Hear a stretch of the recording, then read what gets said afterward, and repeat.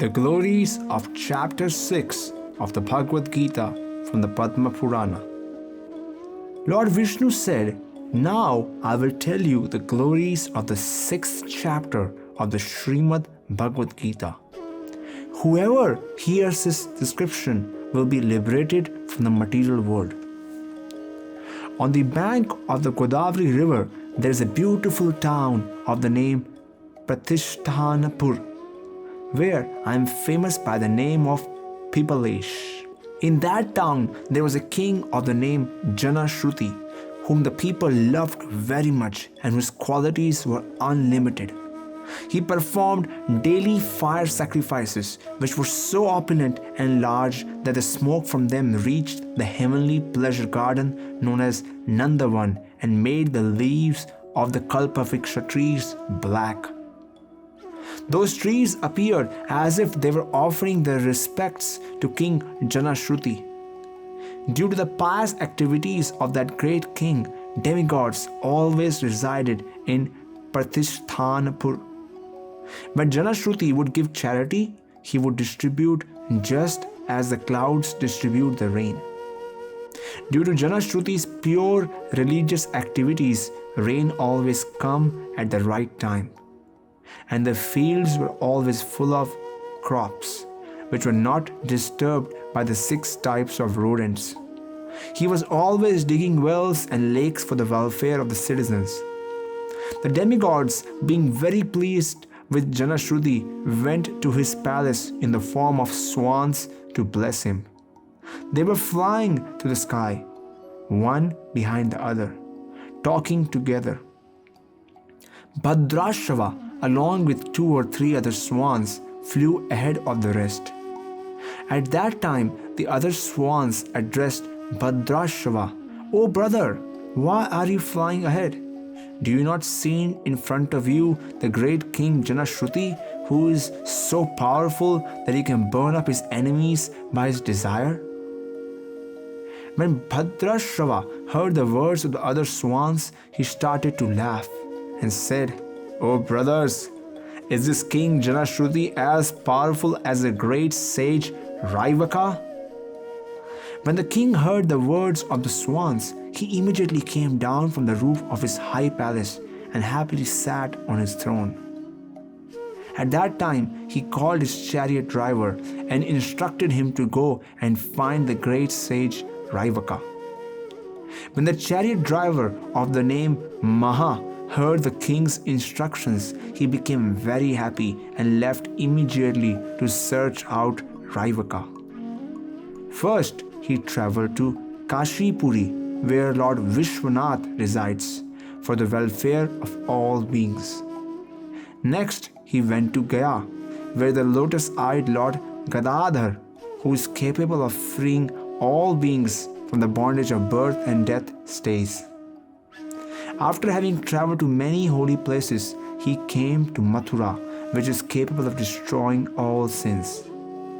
In this place, the Supreme Personality of Godhead, Lord Krishna, resides.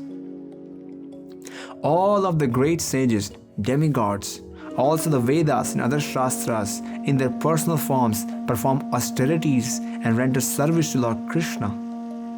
Mathura is in the shape of a half moon and is situated on the bank of the beautiful devotion-giving river Jamuna.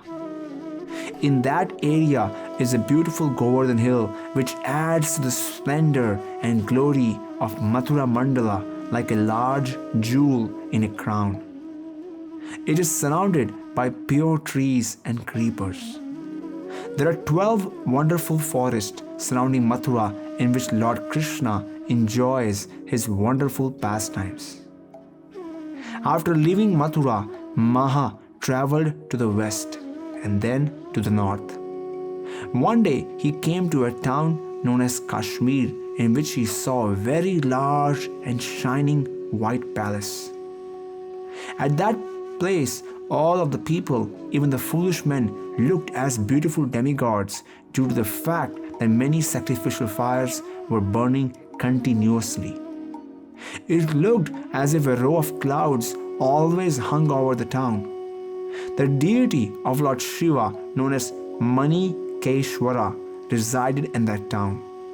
The king of Kashmir had just returned from defeating many kings and was engaged in worshipping Lord Shiva. Due to his great devotion to Lord Shiva, that king was known as Manikeshwar. Just close to the door of the temple, sitting on a small cart underneath a tree, Maha saw the great sage Raivaka. When he recognized Raivaka from the description of Janashruti, he immediately fell at his feet and inquired from him, "O great sage, where do you live? And what is your full name? You are such a highly elevated person. Why are you sitting in this place?" When Raivaka heard the words of Maha, he thought for some time and then replied, "I am fully satisfied. I do not require anything."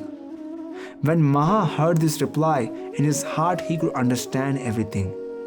He immediately left on the long journey back to Pratishtanapur. When he reached his destination, he immediately went and offered his respects to the king, and with folded hands informed the king of all the events which had taken place. After the king had heard everything from Maha, he decided to leave at once to take the darshan of that great sage Raivaka. Sitting in a beautiful chariot and taking with him many valuable gifts, he left for Kashmir. When he reached the place where the sage Raivaka was staying, he fell at his feet and placed the valuable silks and jewels he had brought with him before Raivaka. At that time, the great sage Raivaka became very angry. He said, "O foolish king, take all these useless things and put them in your chariot and leave from this place."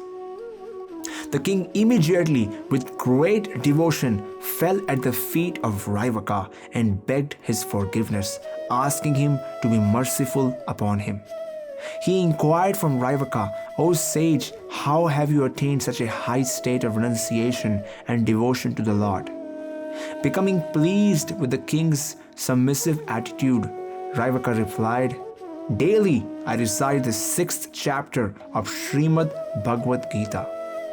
After that, King Janashruti heard from Raivaka the 6th chapter of Srimad Bhagavad Gita, and thereafter he engaged in daily reciting that 6th chapter, and in course of time a flower airplane arrived and took him to Vaikuntha.